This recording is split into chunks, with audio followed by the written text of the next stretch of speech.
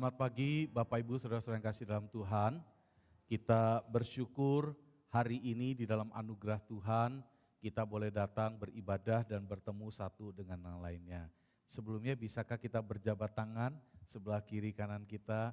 Puji Tuhan kita masih bisa bertemu.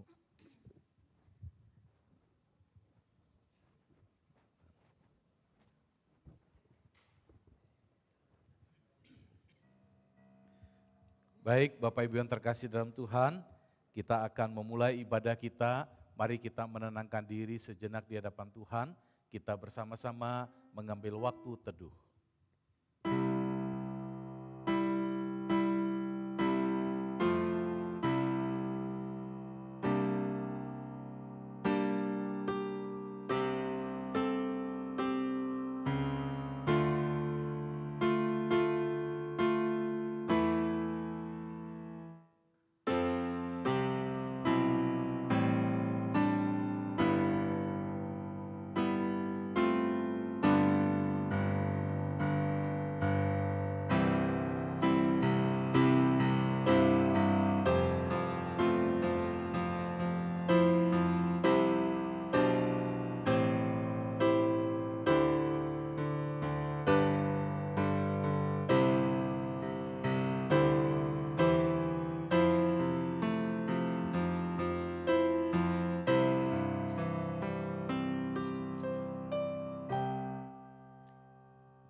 Kebaktian kita pada pagi hari ini kita mulai dengan satu keyakinan bahwa pertolongan kita adalah dalam nama Tuhan yang menciptakan langit dan bumi dan yang tetap setia memelihara umatnya untuk selama-lamanya.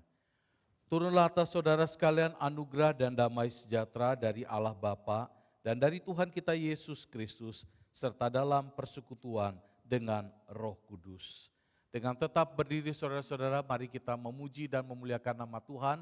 Kita angkat dari PPK nomor 12, Suci, Suci, Suci.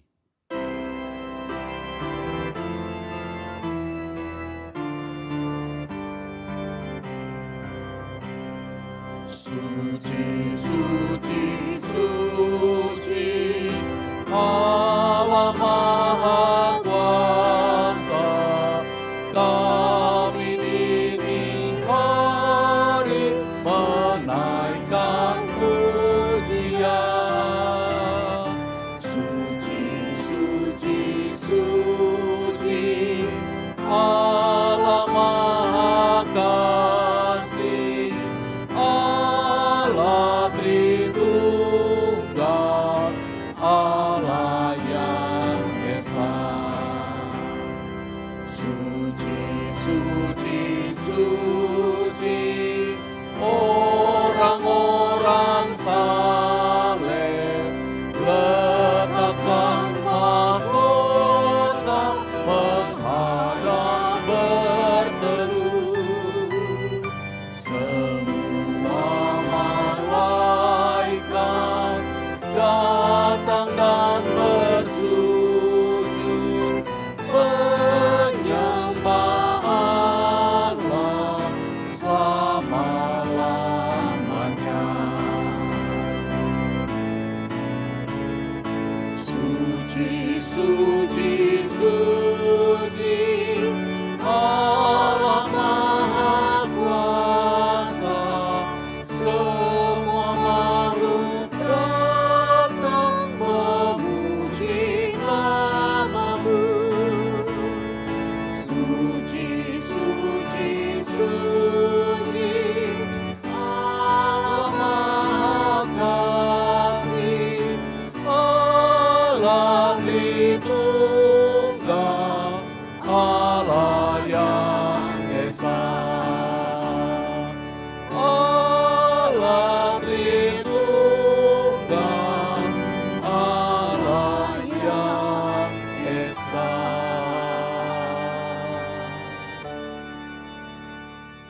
Saudara yang kasih dalam Tuhan, mari kita berdoa.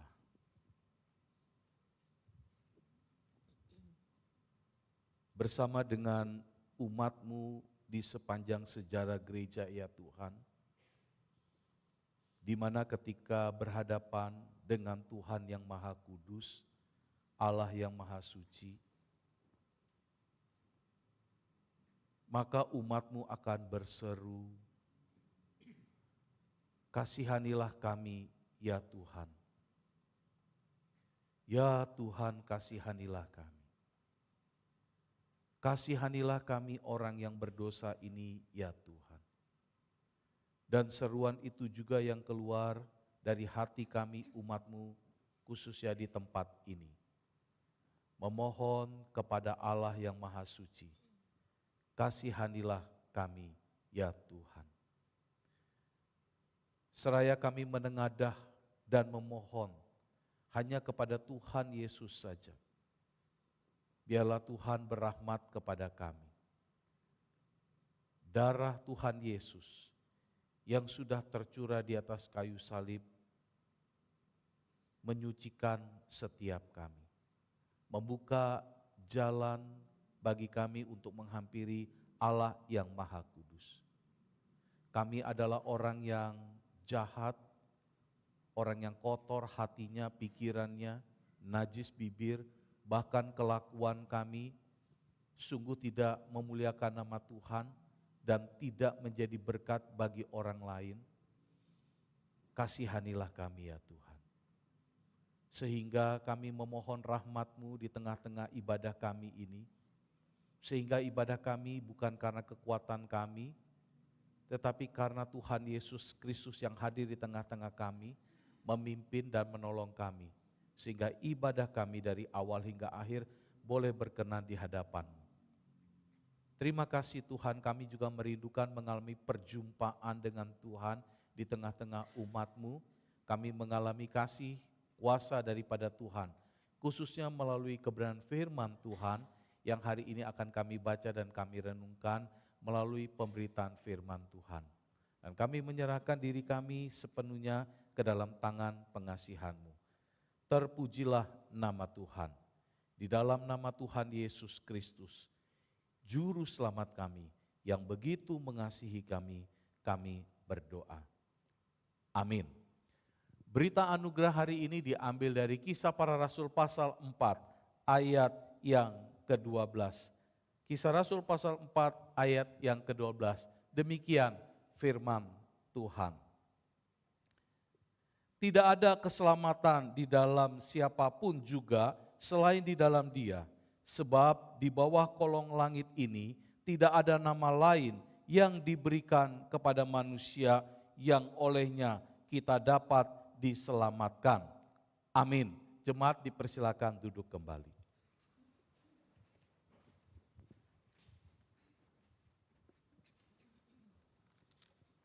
Bapak, Ibu, dan saudara yang kasih Tuhan, bila kita saat ini ada di ruangan ini, itu karena kita sudah mendapatkan satu sukacita, satu keselamatan dari Tuhan kita Yesus Kristus. Dia yang sudah mati bagi setiap kita di atas kayu salib untuk menebus dosa dan kesalahan kita. Namun Tuhan sangat menginginkan kepada setiap kita. Kita tidak hanya menerima berkat dan kasih Tuhan. Tuhan pun ingin setiap kita menjadi pembawa berita Injil Kristus. Dan juga kita bersaksi bagi saudara-saudara kita yang belum mengenal Tuhan. Biarlah satu kesempatan setiap kita untuk kita juga boleh melayani saudara-saudara kita seperti Tuhan Yesus sudah melayani kita lebih dahulu. Untuk mengingat tugas pelayanan kita, mari kita akan menaikkan satu pujian bahwa kita harus membawa berita kepada setiap saudara-saudara yang lain. Mari kita menaikkan pujian ini, kita harus membawa berita.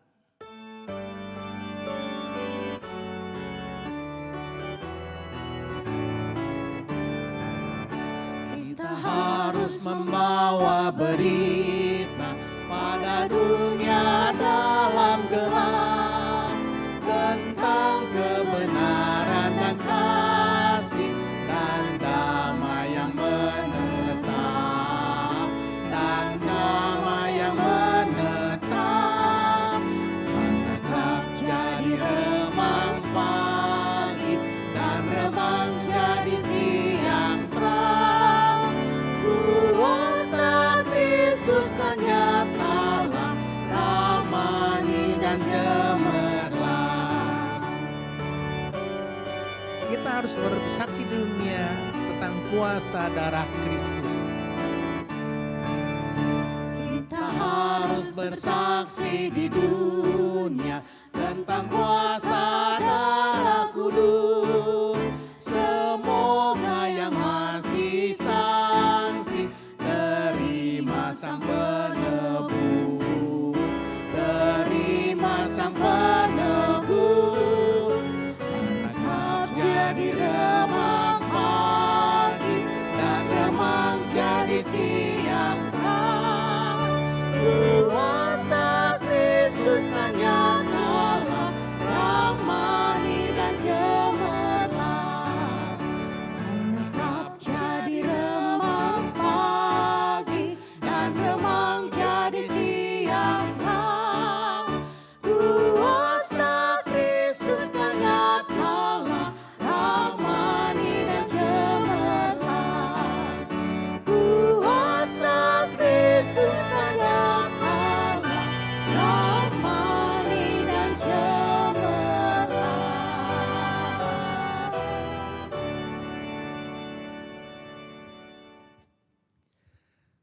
Jemaat yang kasih Tuhan, kita bersyukur sebentar kita akan mendengarkan satu kebenaran firman Tuhan yang akan disampaikan oleh hambanya Pendeta Jeffrey Hidayat. Dengan satu tema, komunitas yang membakar dingin. Apa arti membakar dingin kita tidak tahu, namun akan dijelaskan oleh hambanya dan kita boleh menikmati akan kebenaran firman Tuhan. Satu ayat dari Yohanes pasal 17, dari Yohanes 17 ayat yang ke-21 berkata demikian. Supaya mereka semua menjadi satu, sama seperti engkau ya Bapa, di dalam aku dan aku di dalam engkau, agar mereka yang juga di dalam kita. Kita bersyukur setiap kita boleh menikmati akan satu kebersamaan dengan saudara-saudari seiman bahwa kita adalah satu di dalam Kristus. Untuk kita boleh saling mendukung, saling melayani. Biarlah setiap kita untuk boleh menyatakan rahmat-Nya sehingga kita tetap menjadi satu di dalam Kristus. Kita akan menaikkan pujian Satukan Kami.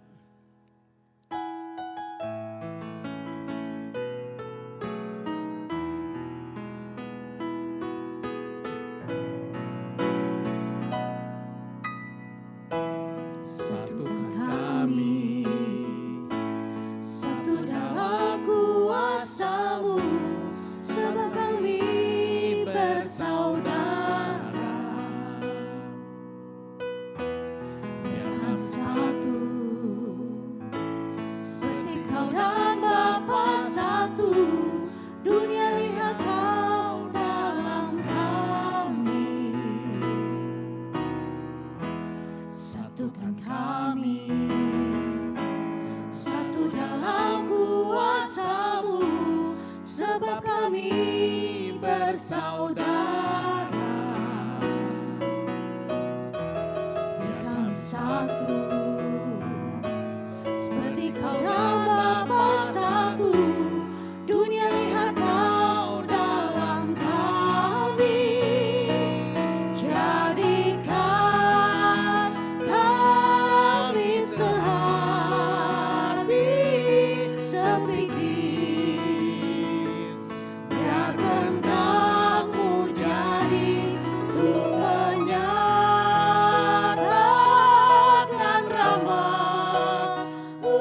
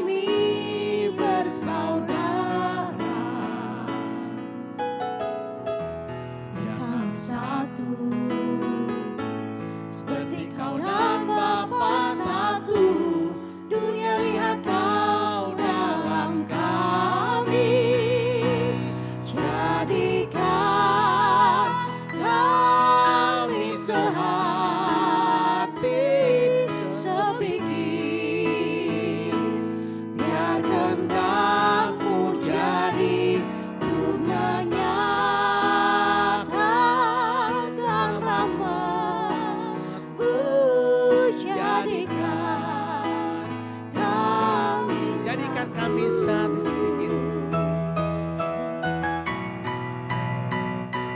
Jadikan kami sehati sepikir, biar kehendak-Mu jadi untuk menyatakan rahmat-Mu. Jadikan kami satu untuk menyatakan rahmat-Mu. Jadikan kami satu.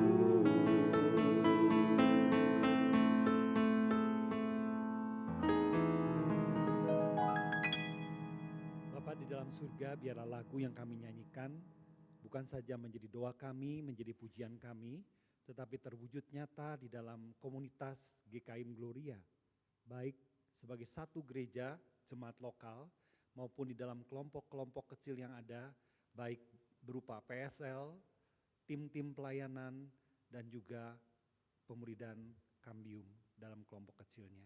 Bapa di surga, ini kerinduan kami, itu sebabnya ketika kami membaca merenungkan firman Tuhan yang terkait dengan komunitas ini, Tuhan tolong sertai supaya kami bisa menangkap pesan firman Tuhan, dan mohon Roh Kudus yang bekerja menolong baik hamba-Mu yang menyampaikan maupun kami semua yang mendengarkan, supaya ketika dijelaskan, supaya menjadi perenungan, maka kami kemudian memikirkan bagaimana mewujud nyatakan dalam komunitas kami, di gereja, bahkan juga ketika kami menjadi kesaksian di luar sana.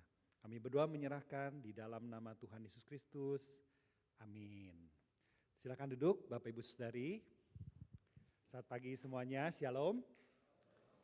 Mari kita buka bagian Alkitab dari Kisah Para Rasul, pasal yang kedua,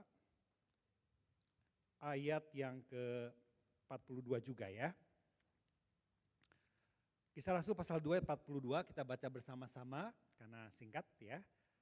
Kisah Rasul pasal kedua ayat 42. 1, 2, 3. Mereka bertekun dalam pengajaran rasul-rasul, dalam persekutuan, dalam memecahkan roti dan berdoa. Saya baca sekali lagi. Mereka bertekun dalam pengajaran rasul-rasul, dalam persekutuan, dalam memecahkan roti dan berdoa. Bapak Ibu Saudari, kalau kita ada di sebuah komunitas ya, biasanya 3 hal ini yang menjadi kekuatan, yang menjadi kesenangan, makanya kita ada di dalam komunitas atau kelompok tersebut. Kita misalnya punya hobi olahraga, ada yang saya kenal gitu ya, satu orang badminton itu bisa seminggu 3 kali. Padahal capek-capek pulang kerja begitu ya, jam 7, kadang-kadang jam 8 tetap ke lapangan badminton, main badminton. Kenapa dia mau begitu? Karena saya mendapat kesenangan ketika melakukan olahraga itu. Apalagi kalau teman-temannya menyenangkan ya. Bukan saja saya mainnya senang, kemudian ada teman-teman. Jadi kenapa saya ada di situ bahkan sampai seminggu 3 kali? Karena saya senang. Hobi saya tersalurkan, saya bisa hahaha, saya bisa kalau main olahraga itu kan ada excitement ya, ada sesuatu yang menggelora gitu ya, bersemangat begitu. Jadi kenapa saya ada di situ? Karena saya senang. Hobi bisa macam-macam, jalan pagi bareng begitu ya. Kemudian juga karaokean bareng juga begitu ya. Kita lihat yang lain nyanyi, saya juga pengen nyanyi seperti dia. Ada sukacita ketika di kelompok tersebut, biasanya pendekatan hobi, maka saya terus ada di situ. Kadang-kadang maksain diri ya, capek-capek, kadang-kadang sakit-sakit, gak apa-apa deh karena saya senang, makanya saya ada ya. Yang kedua kemungkinannya adalah karena saya juga bisa ketika ada di kelompok itu, saya punya identitas sosial. Saya berbagian di dalam satu kelompok. Karena rasanya manusia sebagai makhluk sosial akan aneh kalau kita tuh gak punya kelompok. Misalnya ya, ketika kita ditanya kalau kenalan. Ketika kenalan nama kan biasanya, pasti yang ditanya berikutnya apa? Alamat misalnya ya. Dengan alamat saja kita sudah menjadi komunitas dengan pengertian sangat luas di dalam daerah tertentu. Kemudian biasanya apa lagi? Kerjaan. Berarti saya ada berkomunitas di kerjaan atau di usaha tertentu atau kalau yang pendidikan di pendidikan tertentu. Kemudian biasanya asal. ya. Nah kalau udah dari asal ini yang lebih seru. Karena misalnya kalau kotanya sama, langsung nyambung. Dari Semarang, langsung. Orang Semarang tuh ngobrol lebih nyambung. Kenapa? Karena makanan di Semarang yang mereka nostalgia, yang mereka senengin. Mungkin kenal orang-orang tertentu Semarang. Jadinya saya merasa punya ada identitas. Ketika saya menyebutkan saya dari kelompok sosial tertentu. Gereja juga sama.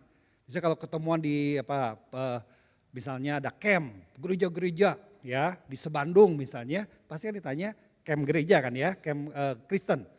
Gerejanya mana? Berarti saya komunitas di gereja tertentu. Itu membuat kita merasa menjadi bagian di dalam satu komunitas. Identifikasi sosial ya. Yang ketiga, ini mungkin lebih mendalam, karena saya kalau dari kelompok itu saya merasa diterima. Saya senang apalagi sama orang tertentu. Kalau saya curhat, mereka dengerin. Atau dia dengerin minimal satu orang. Jadi saya ada di situ kenapa? Karena saya merasa diterima. Saya merasa didengarkan. Saya punya teman curhat. Termasuk juga mungkin teman gosip begitu ya. Semacam itu. Jadi saya bisa berkomunikasi. Keperluan, kepentingan, kebutuhan psikologi saya kepada makhluk yang lain, manusia yang lain terpenuhi kelompok itu. Bapak Ibu Saudari, 3 kemungkinan ini yang mungkin membuat kita berada di satu tempat, termasuk mungkin di Camp Gloria, termasuk mungkin di PSL atau kelompok kecil, termasuk mungkin komunitas-komunitas yang lainnya.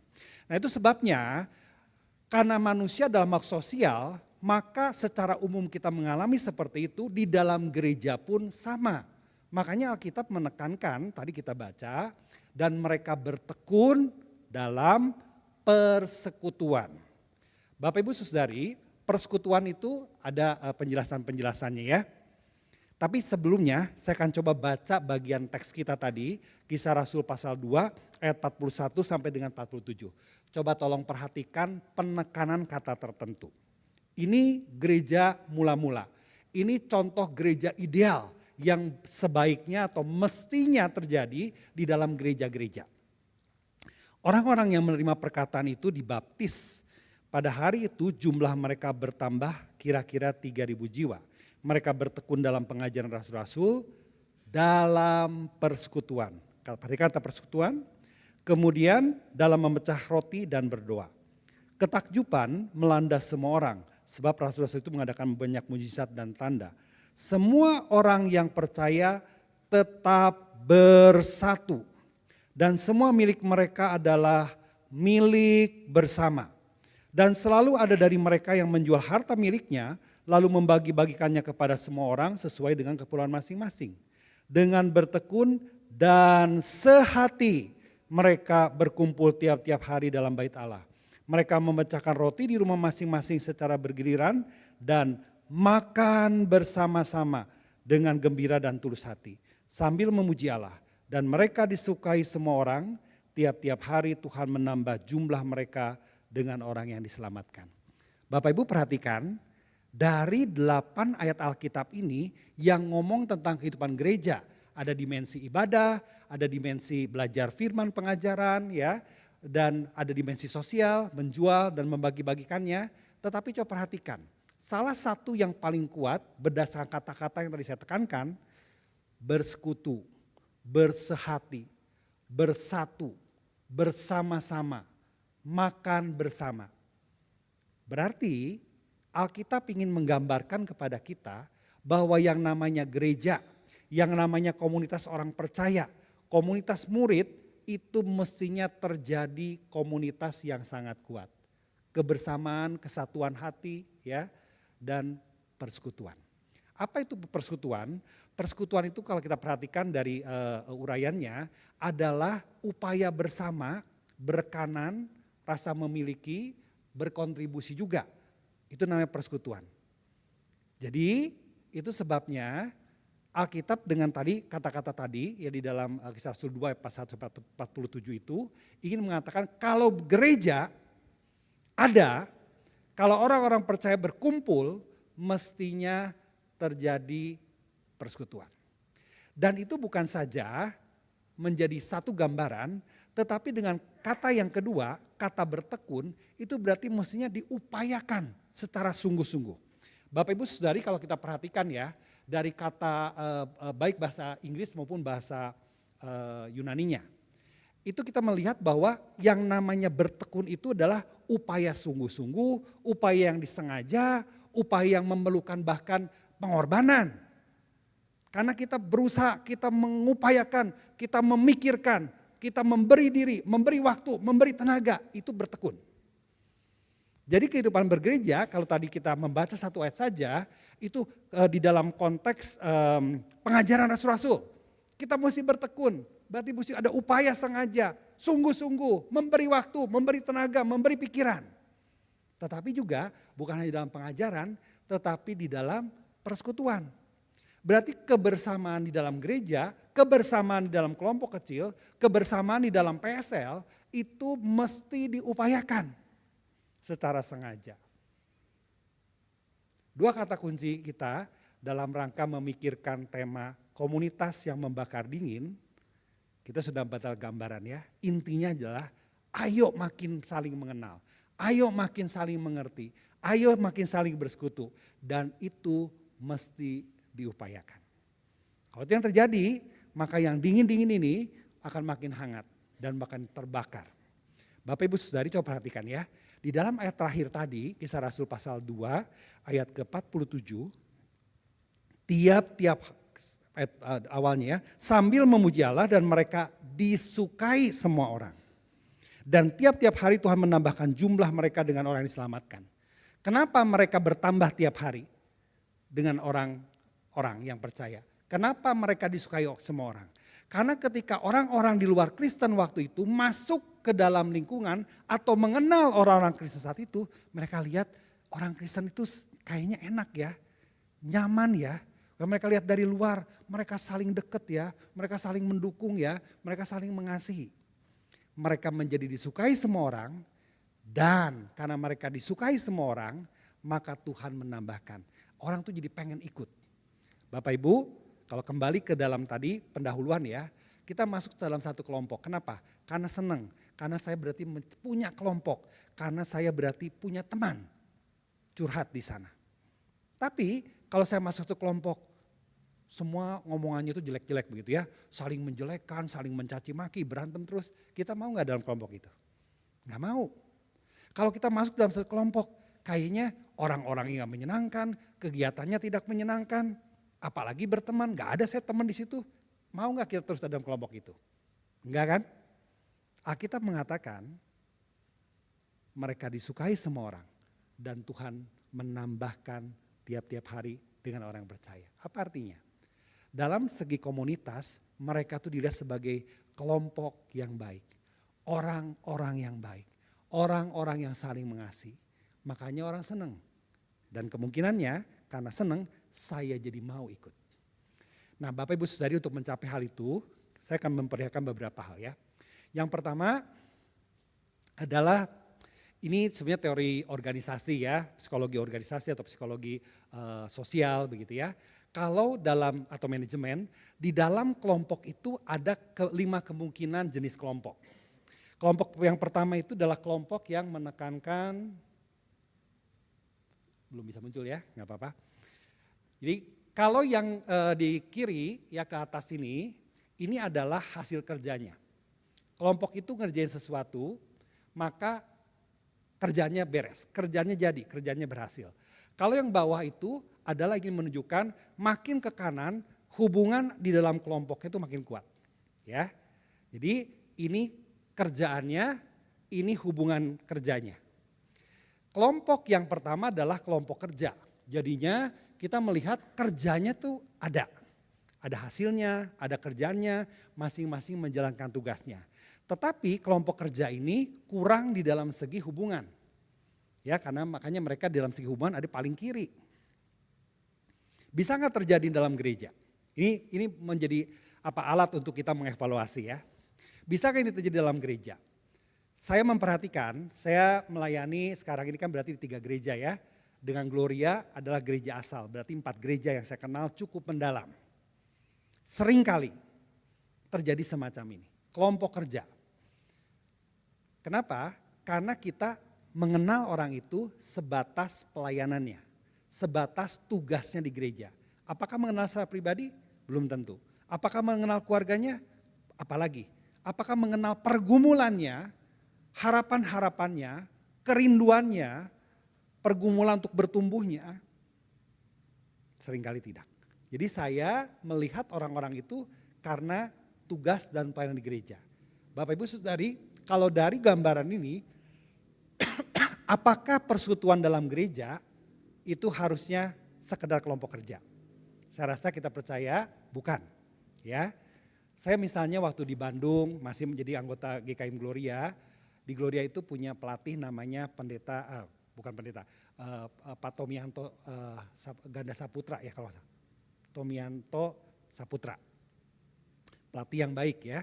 Nah karena saya kenal dia di gereja sebagai pelatihku di Gloria, saya senang sama dia begitu ya. Jadi ketika diajak, ayo ini kami mau konser di kelompok studio Kantorum ya, akan konser The Creation, Franz Joseph Haydn begitu ya. Waktunya tinggal setengah tahun. Karena saya senang nyanyi, karena saya senang sama pelatihnya, saya ikutan ya. Nah di situ itu mungkin menjadi gambaran bahwa dari segi kerjaan mah bagus. Tetapi terus terang ya, karena kita datang di sana itu untuk latihan dan untuk nantinya performance begitu ya. Saya apalagi memang saya merasa ada komunitas lain, jadi saya tidak memberi waktu, memberi diri, memberi tenaga begitu ya, untuk lebih kenal. Ya sudah pokoknya saya datang, kadang-kadang sih ngobrol, sedikitnya kan dulu saya tenor ya, sedikit saya kenal dengan teman-teman tenor sebelah kiri kanan. Tapi teman-teman yang cewek cenderung enggak. Kadang sebagian saya tahu namanya, sebagian saya tahu wajahnya. Tetapi dia itu di mana, kuliah kah, kerja kah, enggak tahu. Karena kenapa? Saya ada di sana untuk mengerjakan tugas.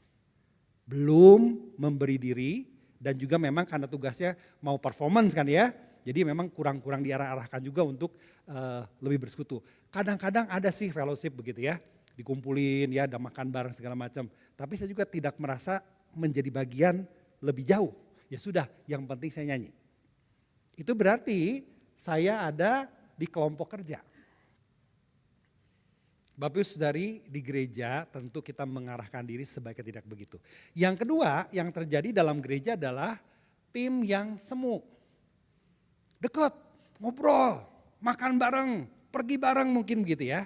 Tapi apakah mengerjakan sesuatu di dalam kelompok itu? Apakah terjadi sesuatu di dalam kelompok itu? Apakah ada pertumbuhan di dalam kelompok itu? Kadang-kadang tidak. Kenapa? Karena ketika kumpul dalam kelompok itu yang dilakukan adalah aktivitas sosial. Ngobrol, makan, senang-senang. Boleh nggak? Boleh. Gereja masa nggak boleh senang-senang? Tetapi dilihat dari teori ini, kita berarti kalau seperti itu masih kurang memikirkan sesuatu yang akan membawa dampak kepada kelompok itu, baik secara pribadi maupun kelompok itu menjadi berkat buat orang lain. Kelompok di dalam gereja mestinya tidak seperti itu. Jadi Bapak Ibu Saudari kalau ada PSL ya, PSL itu kan yang paling dekat karena sedang mendorong membangun persekutuan. Persekutuan sharing life, berbagi hidup. Pertanyaan pertama adalah, mari kita melihat masing-masing dalam PSL ya, atau juga saya di dalam komunitas saya. Apakah kita berbagi hidup di situ? Atau kita berbagi makanan? Di Alkitab ada sih ya, berbagi makanan itu, karena tadi ya, makan bersama-sama. Boleh nggak? Boleh berarti, bahkan didorong, makanya dicatat di Alkitab. Makan bersama.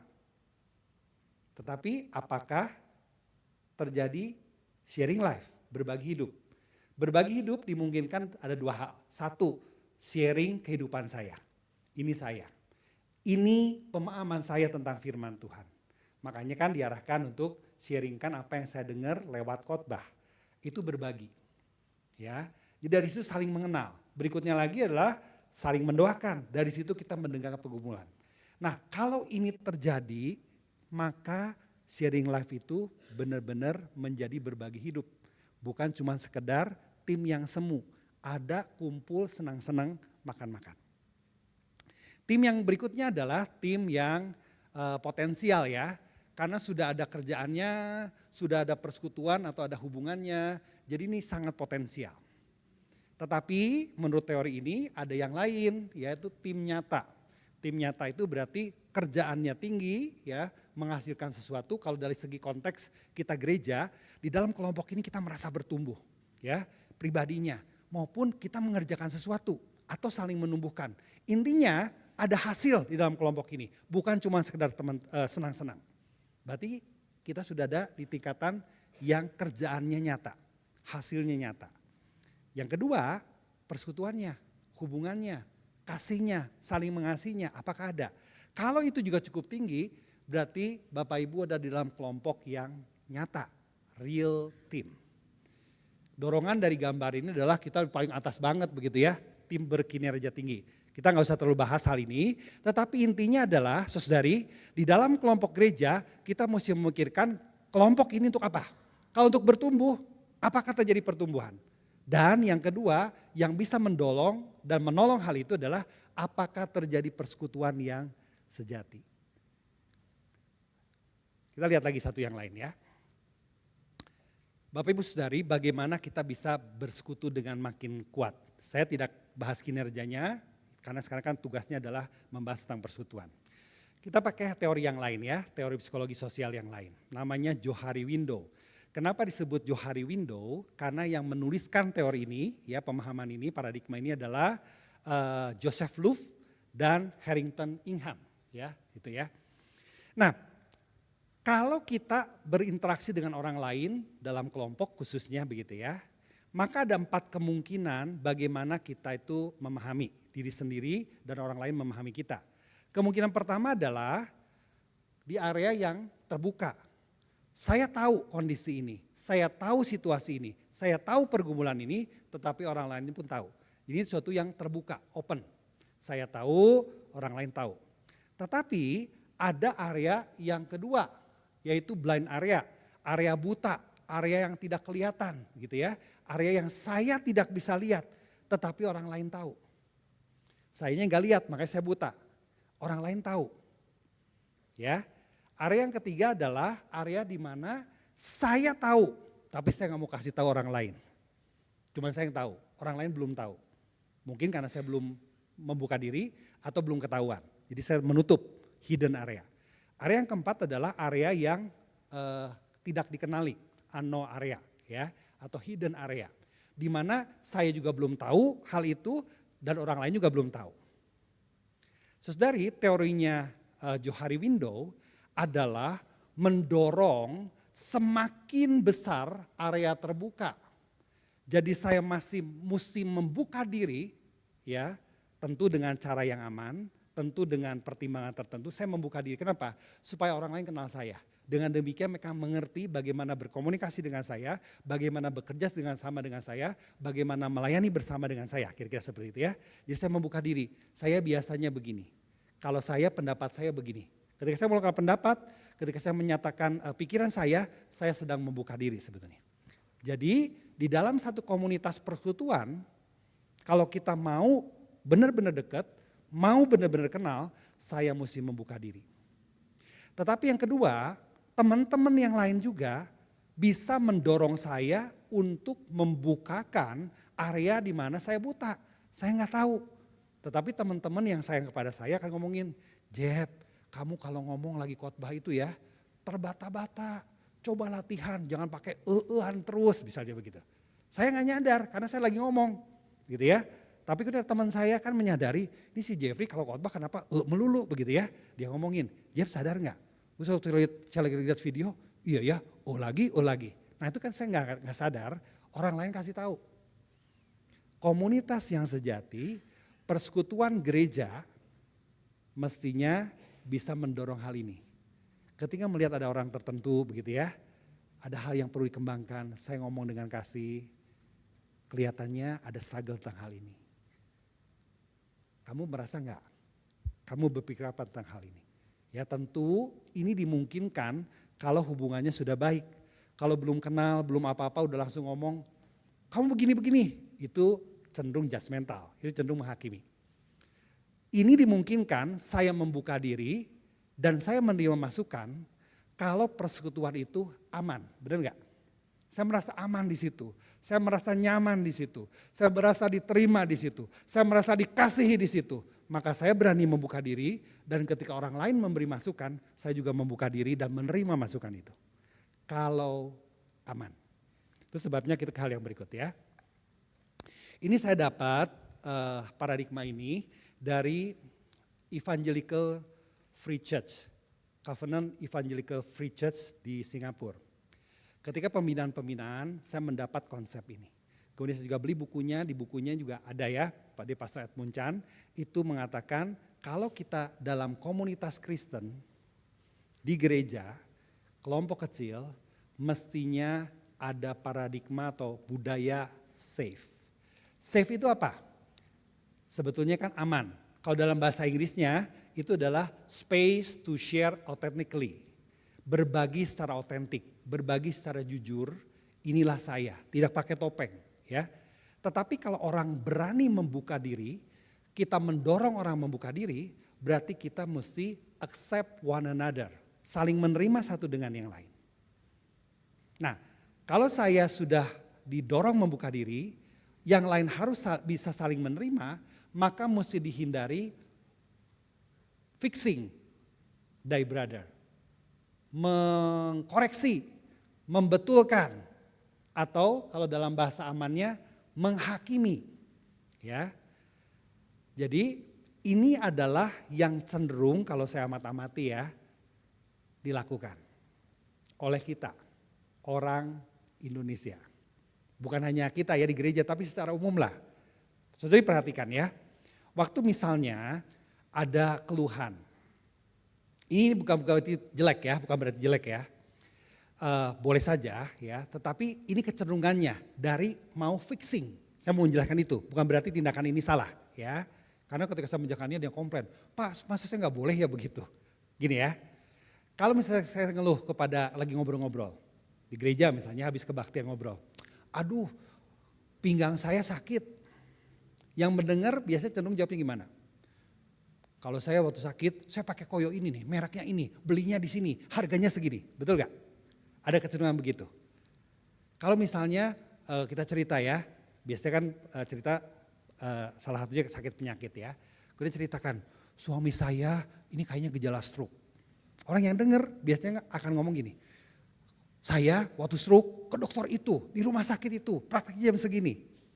Itu pola fixing, pola mengkoreksi, pola ingin nih yang benar ini, nih yang harus dilakukan ini.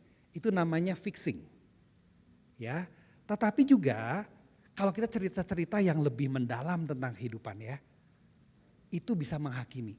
Bayangin ya Bapak Ibu Saudara ya, kalau dalam satu pertemuan misalnya PSL ya, di GKM Gloria, harapan saya sih enggak ya, lagi sharing ya. Kebetulan nih PSL-nya ibu-ibu semua begitu ya. Saya lagi berantem sama suami ya, masa dia ngomong bapak begitu ya. Saya respon aja begini-begini. Kemudian teman yang satu ngomong gini, Dek gak boleh gitu, kata firman Tuhan kan, tunduklah pada suamimu gitu ya. Digituin gimana perasaan kita? Orang lagi kesel sama suami, gue dinasehatin. Dek, kata firman Tuhan, tunduklah pada suamimu. Perasaan yang sedang sharing bagaimana? Saudari kalau lagi sharing seperti itu ya, lagi kesel gitu ya, suami gitu ya. Terus ada yang ngomong, gak boleh gitu. Kata firman Tuhan, tunduklah pada suamimu. Saya rasa sebagian besar dari kita merasa, gua tuh ya mau cerita ini gua tahu firman Tuhan, tunduklah pada suamimu. Tapi kejadian ini benar-benar bikin gua kesel. Bukannya gua gak mau tunduk, tapi lagi kesel, dia masa begini. Ya. Nah itu namanya bagian dari fixing, bagian dari menasehati. Perasaan orang yang sedang mendengar keluhan atau menyampaikan keluhan, sedang sharing semacam itu, ketika ada orang yang tiba-tiba mengatakan menasehati, mungkin juga mengkuliahi, bukan saja pakai firman Tuhan, tapi begini, musiknya A, B, C, D segala macam, orang tuh merasa dikuliahi, maka kemungkinan besar ketika berikutnya ada kesempatan sharing lagi, di 2 minggu mendatang, orang ini akan sharing lagi enggak? Saya rasa enggak. Kenapa? Karena dengan saya men-sharingkan sesuatu pikiran negatif, diserang dengan firman Tuhan, mestinya memang pada pedang bermata 2 begitu ya, tajam, tetapi saya rasa secara manusiawi orang akan gak mau sharing lagi. Kenapa? Waktu saya ngomongin begitu berarti perasaannya ya, saya berarti orang yang tidak taat pada firman Tuhan. Saya berarti orang yang tidak tunduk pada suami. Berarti saya orang yang, jadi saya merasa kecil, saya merasa bersalah, saya merasa berdosa. Minggu depan, 2 minggu mendatang, saya gak akan sharing lagi. Itu sebabnya, saudari, yang keempat itu adalah edifying. Ini dorongannya ya dari paradigma safe. Daripada kita menghakimi, daripada kita fixing, daripada kita menguliahi, daripada kita menasihati, lebih baik kita membangun. Bagaimana caranya membangun? Bangun rasa aman dulu. Ya. Waktu dia cerita begitu, terus dari kejadian-kejadian semacam ini kan bukankah suatu yang biasa ya. Berantem sama suami, berantem sama istri, kita kesel anak kok begitu ya, kita kesel orang tua kok begitu, kan suatu yang umum ya. Dan kita juga tahu sebagai orang Kristen seharusnya bagaimana, idealnya bagaimana. Gak usah dinasehati, gak usah diomongin, mestinya kita tahu. Jadi yang dibutuhkan ketika orang sharing semacam itu sebetulnya adalah saya lagi susah, tolong dengar saya. Itu sebabnya jangan menguliahi, tetapi mungkin sebaiknya adalah kalimat yang memberikan rasa aman kepada orang itu. Misalnya ya, teman-teman atau yang mimpin begitu ya. Aduh, saya juga kalau boleh sharing pernah mengalami peristiwa semacam itu. Kalau kita kalimatnya begitu apa yang terjadi? Satu, merasa diterima ya. Oh berarti bukan cuma saya, yang lain juga pernah mengalami. Kan merasa lebih nyambung, merasa senasib. Kemudian ya, kamu kesulitannya apa? Misalnya ditanya ya. Sehingga dia bisa cerita lebih lanjut. Daripada kita menasehati, tanya lagi. Kalau dengar cerita kamu itu kan sulit. Yang paling sulit apa sih? Tanya begitu. Ini cerita lagi kan. Dan tapi ketika ditanya begitu, dia mesti memikirkan sesuatu. Bukan cuma sekedar curhat. Tetapi kita dengan pertanyaan semacam itu mau nanya sebenarnya masalahnya apa? Apa sih kesulitannya ketika kamu menghadapi hal itu? Kita ditanya. Jadi bukan cuma sekedar keselnya, tapi masalah sebenarnya apa? Dia cerita lagi. Ya. Kemudian di bagian berikutnya setelah membangun rasa aman, makin menggali pergumulannya yang lebih nyata, ada berapa kemungkinan? Kemungkinan yang kedua adalah nanya lagi. Kalau kamu mengalami hal itu, kira-kira Tuhan mau kamu apa? Dengan begitu bukan saya ngomong kan, kamu kata firman Tuhan mesti begitu. Tetapi orang ini diajak berpikir, kata firman Tuhan apa ya kalau kamu menghadapi masalah itu. Terus dari perasaannya bagaimana? Dinasihati langsung dengan firman Tuhan, dengan kita ditanya. Saya rasa ya orang-orang yang jujur sama diri sendiri, ngerti firman Tuhan, ketika ditanya gitu kan jadi muncul. Iya ya, jadi ingat tunduklah pada suami, kasihlah sama manusia seperti dirimu sendiri. Bahkan doakanlah musuhmu. Itu kan muncul. Kan dia sendiri akan mengatakan, ya saya tahu firman Tuhan mestinya saya tetap mengasihi suami saya. Terus dengan demikian kita tidak menghakimi. Tapi membangun dia untuk dia sendiri yang memikirkan apa firman Tuhan, apa kata Tuhan untuk situasinya. Kemungkinan lain adalah kita menceritakan peristiwa ya, kita men-sharingkan PSL, berbagi hidup ya. Ya saya juga pernah mengalami hal semacam itu. Tapi waktu itu boleh gak saya sharing ya. Waktu itu kejadian begini begitu ya. Yang saya lakukan adalah saya berdoa kepada Tuhan. Tuhan saya sedang marah. Suami saya begini-begini. Kemudian tahu gak waktu itu ya saya dapat WA dari teman KTB saya yang di Kambium itu. Entah gimana gitu ya. Dia tuh kirim ayat yang menenangkan. Serahkanlah segala sesuatu pada Tuhan. Saat itu saya tahu Tuhan ngomong sama saya untuk menyerahkan masalah ini. Jadi saya lebih tenang, jadi saya lebih diam. Bapak Ibu Saudari, kalau saya bercerita semacam itu, apakah memberi kesan menggurui? Apakah memberi kesan saya lebih hebat, kamu jelek? Ini firman Tuhan, kamu tidak melakukan, kamu tidak taat. Saya rasa ketika kita ditanya lebih lanjut, atau ada orang-orang yang men-sharingkan pergumulan yang sama dan bagaimana mereka ditolong Tuhan melewatinya, itu akan lebih powerful daripada fixing, daripada menghakimi. Terus kalau kita mau membangun persekutuan di dalam gereja, kita mesti membangun aman. Kita membangun budaya safe. Supaya kita nanti ketika sharing tidak dihakimi dan malah merasa ini tempat aman saya bercerita. Ini tempat aman saya dikasih. Ini tempat aman saya didukung oleh teman-teman saya di dalam Tuhan. Ketika ini terjadi, orang-orang akan senang gak masuk di dalam kelompok itu? Akan senang. Kemudian orang di luar lihat hal semacam ini. Di kelompok itu PSL di Gloria, di Cambium di Gloria, saya tuh ditangkap oleh orang di luar. Sesuatu yang menyenangkan, sesuatu yang menumbuhkan, sesuatu yang membuat saya aman. Saya mau ya ikut ke sana. Saya mau berbagian dalam komunitas itu. Kalau itu yang terjadi, maka seperti kata firman Tuhan, mereka disukai semua orang dan Tuhan menambahkan dengan orang-orang lain yang percaya. Jadi mau mencoba melakukan hal itu? Kita coba ya. Di PSL, kita mau menjadi komunitas yang berbagi hidup. Itu tujuannya ya. Tetapi berarti mesti dibangun aman supaya saya berani berbagi hidup itu. Di kelompok kecil, Cambium. Kenapa saya ada di sana? Mau bertumbuh menjadi murid Kristus. Itu tujuannya. Komunitasnya bagaimana? Saling menumbuhkan, saling berbagi, saling memberi teladan, saling menguatkan supaya bertumbuh bersama. Kalau itu yang terjadi dalam komunitas-komunitas kita, saya percaya orang yang belum ikut PSL jadi mau ikut PSL. Orang yang belum Cambium jadi mau ikut Cambium. Karena ada dampak, berasa ikut kelompok ini membawa dampak. Dan saya jadi mau ikut. Mari kita berdoa. Bapak di surga ini kami, terima kasih kami sudah menjadi bagian dari komunitas GKIM Gloria sebagai suatu gereja lokal. Sebagian dari kami juga sudah menjadi bagian dari kelompok kecil, baik berupa PSL maupun kelompok kecil di Cambium. Terima kasih Tuhan, doa kami adalah setelah kami mendengarkan prinsip firman Tuhan dan beberapa paradigma yang kami bisa pelajari untuk makin mendorong kami bersekutu, makin mendorong kami saling mengasihi. Tuhan berkati supaya kami mencoba melakukannya, baik prinsip-prinsipnya maupun praktek-prakteknya.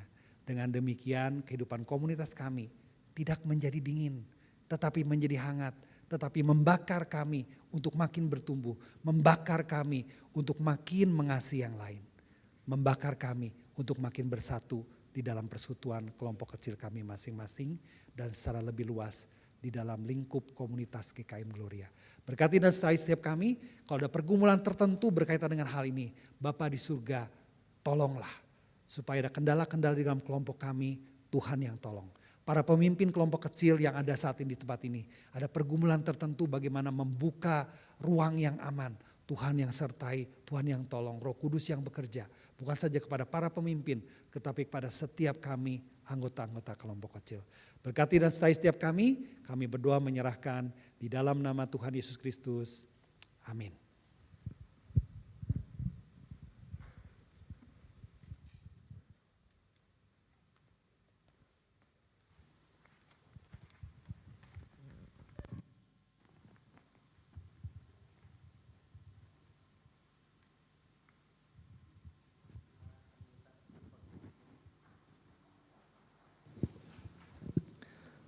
Dengan penuh hormat dan hikmat, kita akan menyatakan pengakuan iman rasuli dengan gereja-gereja segala abad dan segala tempat yang berbunyi demikian. Aku percaya kepada Allah, Bapa yang Maha Kuasa, Khalik langit dan bumi, dan kepada Yesus Kristus, anaknya yang tunggal Tuhan kita, yang dikandung dari Roh Kudus, lahir dari anak darah Maria, yang menderita sengsara di bawah pemerintahan Pontius Pilatus, disalibkan, mati dan dikuburkan, turun ke dalam kerajaan maut. Pada hari yang ketiga, bangkit pula dari antara orang mati, naik ke sorga, duduk di sebelah kanan Allah, Bapa yang Maha Kuasa. Dan dari sana ia akan datang untuk menghakimi orang yang hidup dan yang mati. Aku percaya kepada Roh Kudus, gereja yang kudus dan am, persekutuan orang kudus, pengampunan dosa, kebangkitan tubuh, dan hidup yang kekal. Amin. Silakan untuk duduk kembali. Bapak, Ibu, dan saudara yang dikasihi Tuhan, kita bersyukur 1 minggu sudah kita lalui. Kita menikmati segala berkat, baik berkat jasmani maupun berkat rohani. Pada saat ini kita juga diberikan satu kesempatan untuk memberikan persembahan dalam ibadah kita pada saat ini. Mari kita akan dengan hati sukacita untuk memberikan persembahan dengan kerelaan hati kita. Sebelumnya mari kita akan masuk dalam doa. Bapa kami dalam surga, terima kasih bila ada dalam hati kami. Rindu untuk mendukung, akan satu kesempatan kami mendukung untuk segala kegiatan-kegiatan yang ada di GKM Gloria. Kami menyerahkan ke dalam tamu Tuhan Yesus dan kami akan memberikan persembahan. Biarlah kiranya Tuhan itu boleh berkenan di hadirat-Mu dan kiranya boleh dipakai untuk memperluas kerajaan-Mu. Terima kasih Tuhan Yesus. Dalam Yesus Kristus kami berdoa. Amin. Untuk persembahan pada minggu ini seperti biasa untuk persembahan yang pertama untuk operasional dan persembahan yang kedua untuk persembahan pembangunan. Sambil mempersiapkan persembahan, mari kita akan hantarkan dengan satu pujian dari KJ 288, Mari Puji Raja Surga.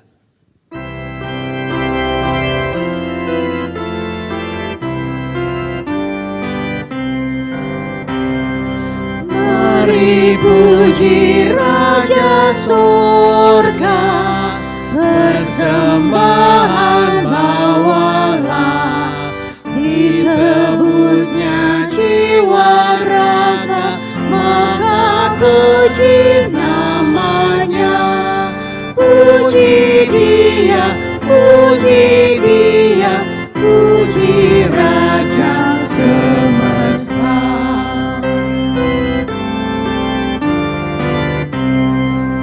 Puji yang kekal rahmat-Nya bagi umat harapan, dulu kini selamanya, panjang sabar maha baik.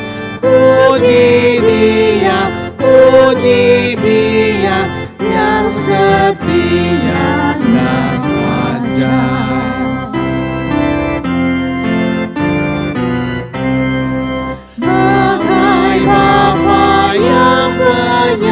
Penyayang, siapa kita Ia tahu, tangan kasih-Nya menatap di tengah bahaya mau. Puji Dia, puji Dia, kasih-Nya seluas laut. Jemaat yang terkasih dalam Tuhan, kita akan menaikkan doa syafaat di hadapan Tuhan. Mari kita berdoa. Bapa kami dalam sorga, kami sungguh bersyukur untuk kasih setia Tuhan dalam kehidupan kami. Hari lepas hari, waktu demi waktu, bahkan sampai detik ini pun kami boleh di dalam pemberian dan anugerah Tuhan. Kami bersyukur Tuhan untuk perjalanan kehidupan kami, khususnya perjalanan hidup kami di dalam bergereja.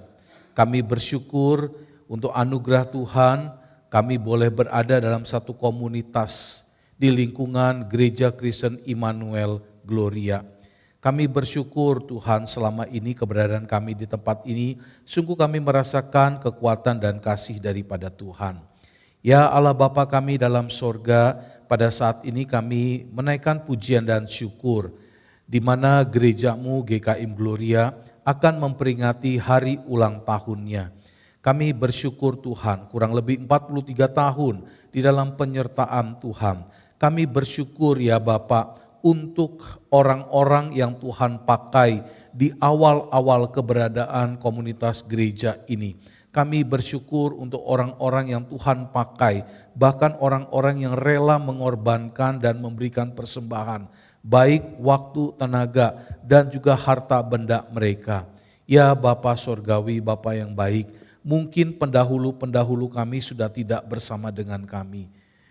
Tapi kami ingat untuk keluarga mereka. Kami menyerahkan dan mempercayakan pemeliharaan Tuhan buat keluarga mereka, anak, keturunan mereka semua di dalam hidup dan kasih Tuhan.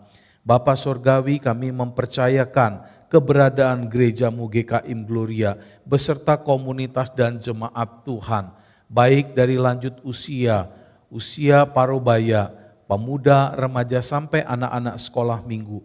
Melalui gerejamu ini di GKI sama, setiap firman Tuhan yang kami boleh renungkan, itu terus memotivasi dan mendorong kami menjadi kekuatan dalam hidup kami.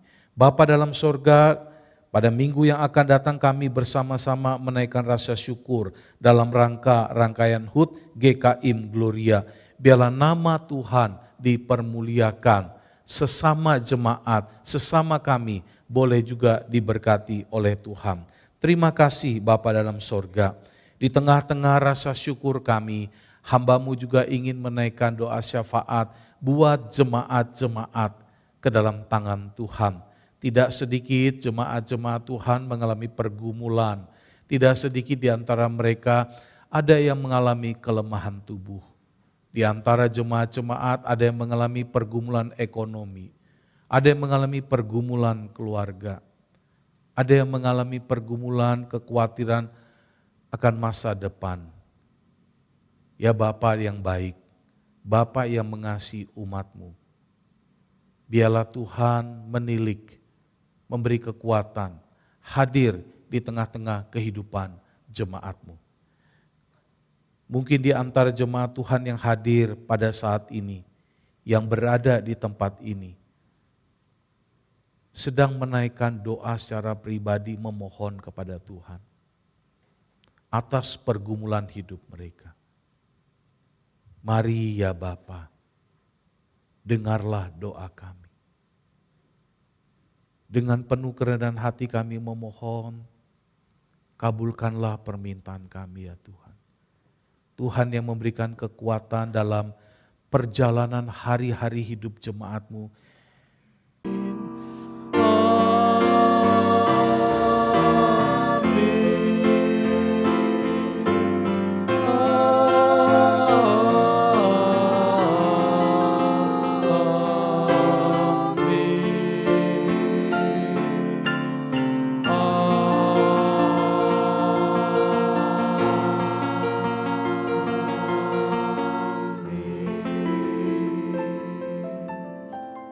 Amin.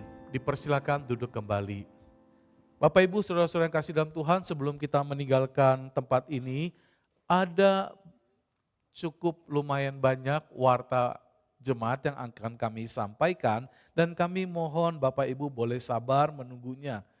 Untuk kami sampaikan, yang pertama atas nama majelis dan jemaat kami mengucapkan terima kasih untuk pelayanan Bapak Pendeta Jeffrey Hidayat, di dalam pemberitaan firman kebaktian 1 dan nanti di kebaktian 2, Tuhan Yesus memberkati. Yang kedua Bapak Ibu, kami mengingatkan bahwa hari ini akan diadakan pemuritan Kor Kambium pada hari Minggu jam 12. Ya, jam 12 bertempat di ruangan masing-masing, baik berakar, bertumbuh dan berbuah. Kemudian pada hari Rabu juga tanggal 22 April pukul 16.30 dan 18.30 yang sore dan kelas malam bertempat di ruang yang sudah ditentukan. Kami mengundang dan mengingatkan seluruh peserta Kor Kambium. Kemudian yang ketiga dari pemuda, kami mengundang para pemuda-pemudi untuk bergabung bersama-sama di dalam acara Youth Gathering yang diadakan pada hari Sabtu tanggal 25 April 2026 pukul 18.00. Kami sekali lagi mengundang para pemuda yang hadir di tempat ini boleh hadir di dalam Youth Gathering pada tanggal 25 April. Yang selanjutnya Bapak Ibu, tadi dan sebelumnya juga udah pernah diumumkan, gereja kita akan memasuki usia 43 tahun. Kita bersyukur Bapak Ibu dalam rangkaian acara HUT GKIM Gloria maka kita akan bersama-sama bukan saja bersyukur kepada Tuhan, kita juga akan berbagi satu dengan yang lain. Oleh sebab itu ada beberapa rangkaian acara ucapan syukur HUT GKIM Gloria. Yang pertama Bapak Ibu, pada hari Jumat tanggal 24 April 2026 pukul 8.30 pagi kita akan mengadakan acara bebersih, ya, bebersih semacam kalau bahasanya itu kerja bakti. Kita bersama-sama boleh hadir bebersih di lingkungan gereja ini pada hari Jumat 24 April pukul 8.30. Kemudian pada hari Sabtu saudara, ada beberapa kegiatan juga, yaitu kita akan mengadakan pelayanan kunjungan ke Rutan Kebon Waru pada hari Sabtu tanggal 25 April. Kemudian Bapak Ibu, hari Minggunya tanggal 26 April itu adalah kita akan mengadakan ibadah ucapan syukur HUT GKIM Gloria dalam ibadah 1 dan 2, dan juga kita akan mengadakan acara donor darah, pemeriksaan kesehatan gratis, basar dari kita untuk kita. Oleh sebab itu Bapak Ibu ada perlu catatan pada minggu depan itu, yaitu untuk pengumpulan basar, yaitu dari kita untuk kita, Bapak Ibu dapat mengumpulkan barang-barang yang layak pakai untuk dikumpulkan ke tata usaha atau panitia di bawah.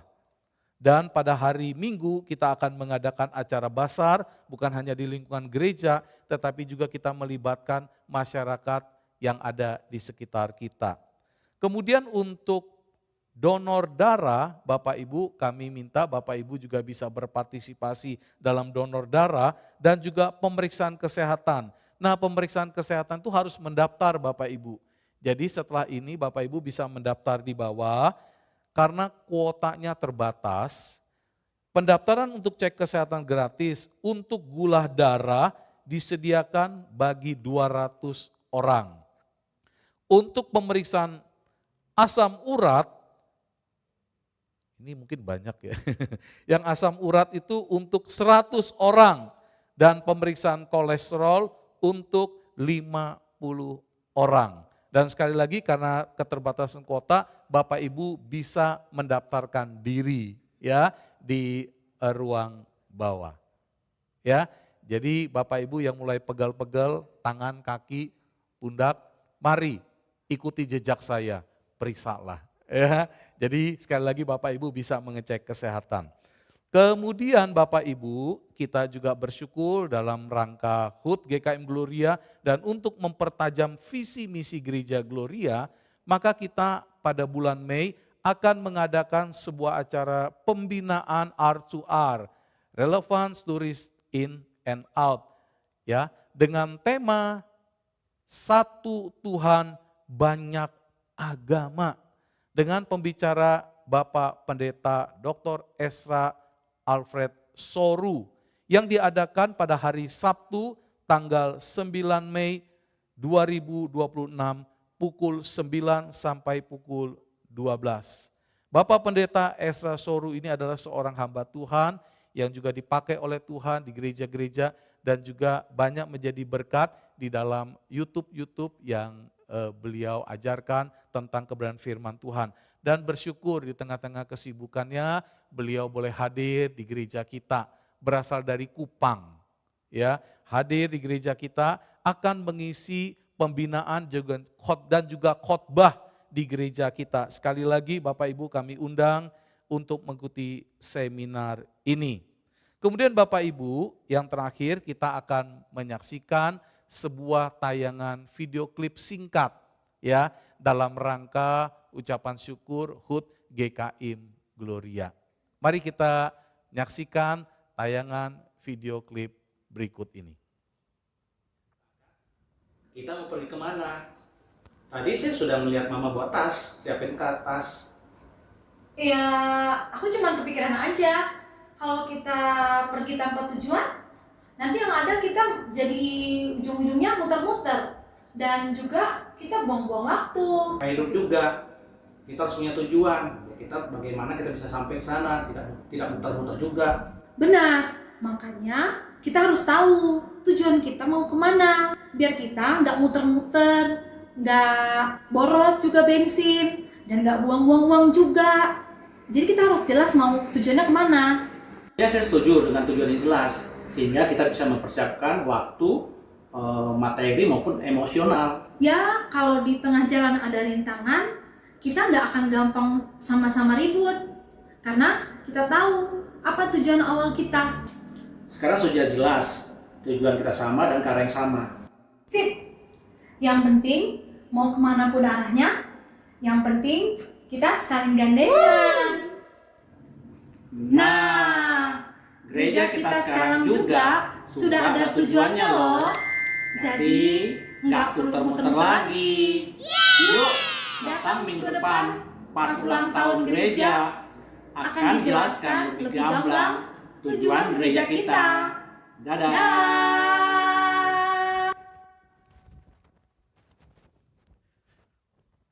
Bapak Ibu yang terkasih dalam Tuhan, itu adalah video singkat yang kita boleh saksikan. Sekali lagi kami mengingatkan dan mengajak Bapak Ibu, pada minggu depan itu adalah puncak perayaan ucapan syukur HUT GKM Gloria yang ke-43.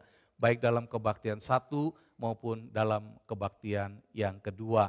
Dan kita bersyukur minggu depan pengkhotbah kita adalah Bapak Pendeta Joni Silas. Nah, kami mengundang Bapak Ibu kita bersama-sama mengucap syukur untuk kebaikan dan penyertaan Tuhan di dalam gereja kita.